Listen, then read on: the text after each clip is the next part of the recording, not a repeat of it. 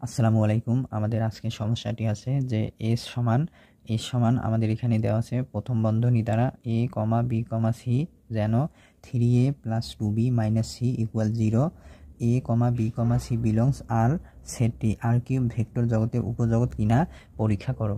তাহলে আমাদের এখানে বলা আছে যে আর কিউব ভেক্টর জগতের, এখানে আর কিউব মানে হচ্ছে যে বাস্তব জগতের সকল তিনটি উপাদানের সেট বোঝাবে। যে এখানে আর কিউব দ্বারা কি বোঝাবে, যে বাস্তব সংখ্যার সকল তিনটা উপাদান হবে, বাস্তব জগতের সকল তিনটা উপাদান হবে এমন ভেক্টর জগতের উপজগৎ কিনা সেটা আমাদের পরীক্ষা করতে হবে। তাহলে এখানে যেহেতু আর কিউব আছে, আর কিউব মানে হবে কি, আমাদের এখানে তিনটা উপাদান থাকবে, অর্থাৎ যে ভেক্টর জগৎটা আছে আমাদের এই যে সেটটা আছে এই সেটে আমার তিনটা উপাদান থাকবে।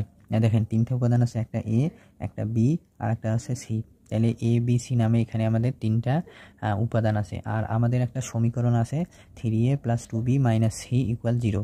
আর এখানে আমাদের A B C belongs to আর, অর্থাৎ হচ্ছে কি যে সকল বাস্তব জগতের বা ভেক্টর জগতের এখানে আমাদের তিনটা উপাদান হবে এ বি সি। এখন আমরা জানি হলো একটা সেট উপজগৎ কিনা সেটা পরীক্ষা করতে গেলে আমরা দুইটি বিষয় পরীক্ষা করি। এক নম্বরে পরীক্ষা করি সেটা হচ্ছে যে আমাদের এখানে এস যেই সেটটা আছে, আমাদের এস সেটটা আমাদের দেখতে হবে যে এই সেটটা আসলে অশূন্য কিনা। তাহলে এস সেটটি অশূন্য কিনা এইটা আমরা প্রথমে পরীক্ষা করব, যে আমাদের এখানে যে এস সেটটা আছে এই এস সেটটা আমাদের অশূন্য কিনা। এখন অশূন্যকে আমরা কিভাবে পরীক্ষা করব, আমরা পরীক্ষা করব হলো যে এখানে আমাদের এ বি সি, এখানে এ বি সি নামে তিনটা উপাদান আছে বা তিনটা চলক আছে। এই তিনটা চলককে আমরা সিদ্ধ করব হলো 0,0,0 দ্বারা। যদি তিনটা বিন্দু দ্বারা এগুলো সিদ্ধ করানোর পরে আমরা যদি সেখান থেকে 0 পাই, তাহলে আমরা বলবো যে এস একটি অশূন্যক সেট।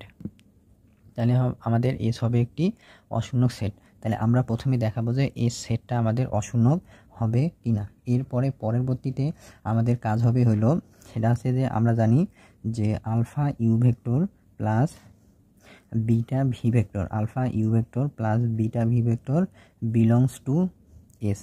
যদি এটা হয় যে alpha you vector plus beta V vector belongs to যদি এস হয়, তাহলেও আমরা বলতে পারবো যে এস একটি আর কিউব এর উপজগৎ। এখানে কি এখানে এস একটি আর কিউবের উপজগৎ হবে। এখন এখানে আমাদের আলফা এবং বিটা হবে স্কেলার, আর ইউ ভেক্টর আর ভি ভেক্টর হবে, এগুলো হবে ভেক্টর।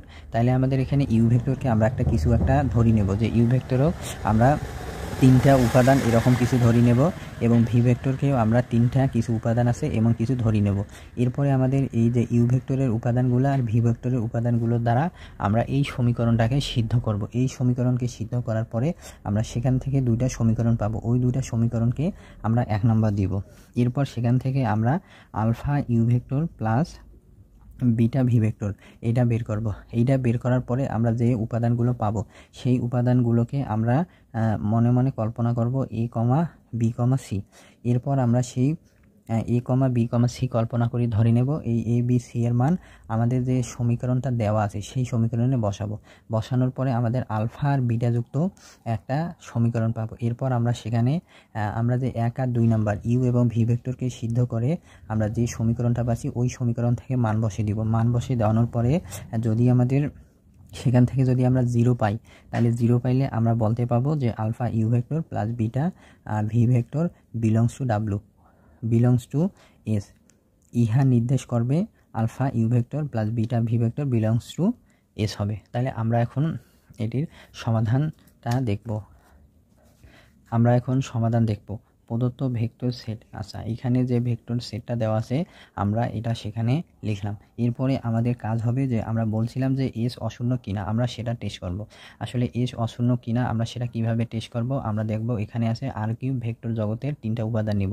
আমরা তিনটা উপাদান নিব একটা শূন্য ভেক্টরের মাধ্যমে, অর্থাৎ 0,0,0। এখানে তিনটা শূন্য নিলাম, কারণ এখানে আমার এ বি সি নামে তিনটা চলক বা উপাদান আছে। এই তিনটা চলক বা উপাদান থাকার কারণে আমরা 0,0 এই 0,0,0 দ্বারা এই সমীকরণকে সিদ্ধ করব। তাহলে আমরা যদি সিদ্ধ করি তাহলে এই জায়গায় এ আছে, তাহলে 3 × 0, এই যে এখানে লিখলাম 3 × 0।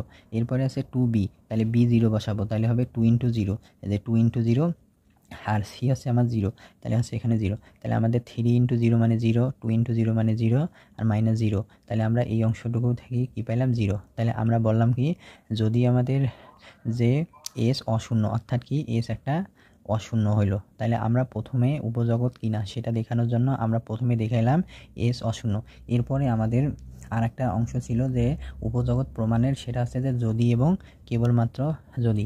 এখন আমরা সেখান থেকে প্রমাণ করার চেষ্টা করব যে alpha you vector plus beta V vector belongs to S. আর এটা প্রমাণ করার জন্য আমাদের সর্বপ্রথম যে কাজটা হবে সেটা হচ্ছে যে আমাদের ধরতে হবে ইউ ভেক্টর সমান e1, b1, c1 belongs to S. তাহলে আমরা এখানে a1, b1, c1 কই পাইলাম যে এখানে আমাদের যে এস যেই সেটটা আছে, এই যে এস সেটটা হচ্ছে আমাদের সকল বাস্তব সংখ্যার বা ভেক্টর জগতের ত্রিমাত্রিক বিন্দুর সেট। তাহলে ত্রিমাত্রিক মানে কি 3টা মাত্রা হবে, আমরা ওই 3টার মাত্রা বা চলক বা উপাদান ধরে নিলাম a1, b1, c1। আর ভি ধরলাম আমরা a2, b2, c2। তাহলে আমরা ইউ ধরলাম কি a1, b1, c1 আর ভি ভেক্টর ধরলাম a2, b2, c2। আসলে এটি আমি ধরছি হলো যেহেতু আমাদের প্রশ্নে আছে আর কিউ ভেক্টর জগতের উপজগৎ মানে আছে 3 মাত্রার, এই জন্য আমরা ইউ ভেক্টর সমান a1, b1, c1 ধরলাম আর ভি ভেক্টর সমান a2, b2, c2। আর এগুলো প্রত্যেকেই হবে কি এস এর উপাদান। তাহলে যেখানে এখন আমরা কি করব যে আমাদের ইউ ভেক্টরে যে a1, b1, c1, V ভেক্টরে a2, b2, c2, এই ইউ ভেক্টর এবং ভি ভেক্টর দ্বারা ভেক্টরের উপাদানগুলো দ্বারা আমরা এই সমীকরণটা আছে এইটাকে সিদ্ধ করব। অর্থাৎ প্রথমে আমাদের আছে 3a, তাহলে আমরা প্রথমে এখানে ইউ সেটের a1 নেব, তাহলে হলো 3a1। তাহলে এদের লিখলাম 3a1। এরপরে আছে হলো প্লাস 2b, তাহলে আমরা বীজ জায়গা সিদ্ধ করব b1 দ্বারা, তাহলে হলো 2b1। তাহলে এই যে হলো 2b1, এখানে মাইনাস এখানে মাইনাস, আর এখানে আছে কি ইউ আছে c1 আর এখানে আছে c, তাহলে c-কে c1 দ্বারা আমরা কি করব সিদ্ধ করব, তাহলে করলে হলে c1 = 0, এই যে ইকুয়াল 0। তাহলে এরপরে আমরা আবার ভি ভেক্টরে যে ইয়াগুলো আছে উপাদানগুলো আছে এগুলো আছে a2, b2, c2। তাহলে আবার এখানে আমরা a b c এর পরিবর্তে আমরা সিদ্ধ করব হলো x সিদ্ধ করব a2 দিয়ে, b সিদ্ধ করব b2 দিয়ে আর c সিদ্ধ করব c2 দিয়ে। তাহলে সিদ্ধ যদি করি তাহলে আমার আছে এখানে 3a, তাহলে এর পরিবর্তে আমরা বসাবো a2, তাহলে আমরা এখানে পেলাম 3a2। এরপর আছে প্লাস 2b, তাহলে b-কে সিদ্ধ করব আমরা এখানে b2 দ্বারা, তাহলে আমরা কি পাবো যে প্লাস 2b জায়গায় বসাবো b2, তাহলে প্লাস 2b2, এই যে প্লাস 2b2। এরপর আছে মাইনাস c, তাহলে আমরা c-কে সিদ্ধ করব হলো ভি ভেক্টরের c2 দ্বারা, তাহলে কি পাবো c-কে সিদ্ধ করলে হলো -c2 = 0। তাহলে আমরা কি করলাম ইউ ভেক্টর আর ভি ভেক্টরের উপাদানগুলো দ্বারা এই সমীকরণকে সিদ্ধ করলে দুইটা সমীকরণ পাইলাম, যে এইটা দিলাম আর এই যে এইটা পাইলাম। তাহলে এটি হচ্ছে আমাদের 1 নম্বর। এরপরে আমাদের পরের কাজটা হবে আমাদের alpha you vector plus beta V vector এর মান বের করা। তাহলে আমরা কি বের করব এখন যে alpha you vector plus beta V vector, অর্থাৎ এদের alpha you vector plus beta V ভেক্টরের যে যোগফলটা হবে এই যোগফলটা যদি আমাদের এস সেটের একটা উপাদান হয় তাহলে আমরা বলতে পারবো যে আর কিউ ভেক্টর জগতের উপজগৎ হবে এস হবে আর কিউ ভেক্টর জগতের একটা উপজগৎ।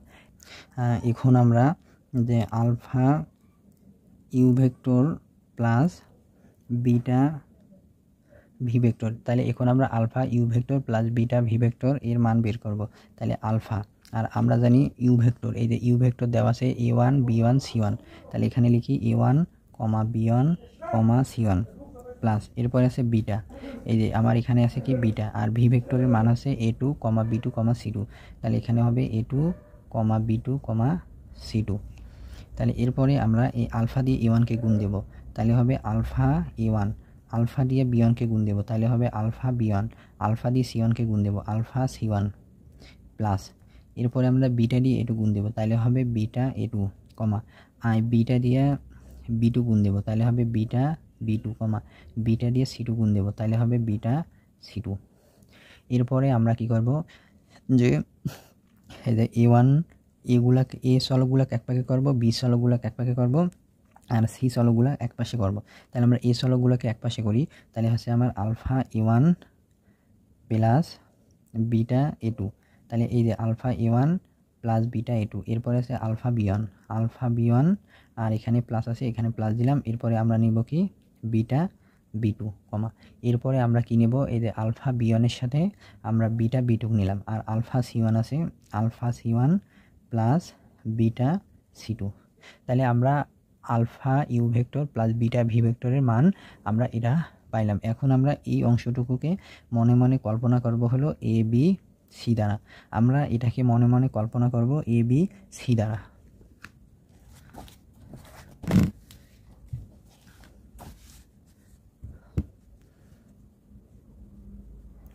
তাহলে আমরা কি করলাম যে alpha you vector plus beta V vector, alpha you vector plus beta V ভেক্টরের মান আমরা এই অংশটুকু পাইলাম। আর এই অংশটুকু আছে, প্রথমে এই অংশটুকু আমরা কল্পনা করব এ, এই অংশটুকু কল্পনা করব আমি বি, আর এই অংশটুকু আমি কল্পনা করব হলো সি।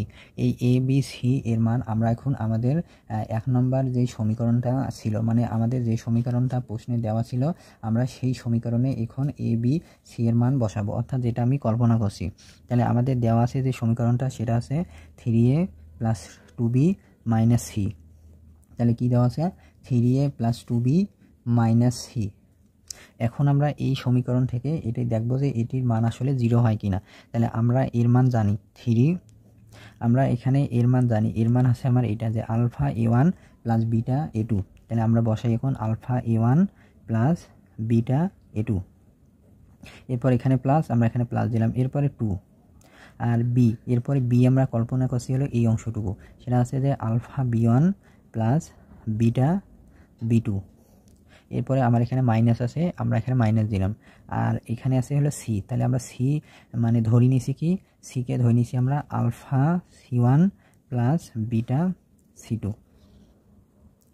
তাহলে আমরা এখানে এর জায়গায় এর মান বসাইলাম, বির জায়গায় বির মান বসাইলাম, সির জায়গায় এখানে সির মান বসাইলাম। আর এ বি সির মান আমরা যে এইখানে এইটা ধরলাম এ, এই অংশটুকু বি এবং এই অংশটুকু সি, এই যে এ বি সি। তাহলে এই অংশটুকু এ, এই অংশটুকু বি, আর এই অংশটুকু আছে সি। এরপর আমরা কি করলাম, এইখানে 3a এর মান এখানে এই অংশের মান এখানে বসাইলাম, এরপরে আছে বি, বির মান এই অংশ এখানে বসাইলাম, এরপরে আছে সি এই অংশ এখানে বসাইলাম। এখন আমাদের কাজ আছে এখানে 3 দিয়ে গুণ দেবো আমরা। তাহলে 3 দিয়ে এই অংশ গুণ দেই, তাহলে হয় 3 alpha a1 plus 3 beta a2 plus, তাহলে আমরা 3 দিয়ে গুণ দিলাম 3 আলফা a1, 3 দিয়ে গুণ দিলাম 3 বিটা a2, এরপর আছে প্লাস 2 দিয়ে আমরা গুণ দেব, 2 দিয়ে এই অংশ গুণ দেই, তাহলে 2 alpha b1 plus 2 beta b2, এরপর মাইনাস, আর এই অংশটুকু যা আছে আমরা সেটাই লিখি যে alpha c1 plus beta c2।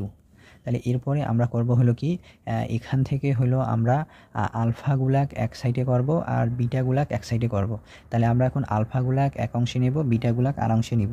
তাহলে আমরা আলফাযুক্ত পদগুলোকে এক অংশে নেই। তাহলে এখানে আছে হলো আমার যে এখানে আছে 3 আলফা a1, আর আমার এখানে আছে প্লাস 2 আলফা b1, আর এরপরে আছে মাইনাস, এখানে প্লাস, তাহলে মাইনাস প্লাস গুণ করলে হবে মাইনাস আলফা c1। তাহলে আমরা কি করলাম এখানে যে আলফাগুলাকে আমরা এক পাশে নিলাম, এরপরে আমার এখানে প্লাস আছে, আমরা এখানে প্লাস দিলাম, এরপরে বিটা যুক্তগুলাকে আমরা এক পাশে করব। তাহলে আছে 3 বিটা a2, তাহলে এই যে এখানে 3 বিটা a2, এরপরে আমার এখানে আছে plus 2 beta b2 plus 2 beta b2, এরপরে আমার এখানে আছে হলো বিটা c2, মানে এখানে মাইনাস এখানে প্লাস, তাহলে মাইনাস প্লাস গুণ করলে মাইনাস বিটা c2 সমান।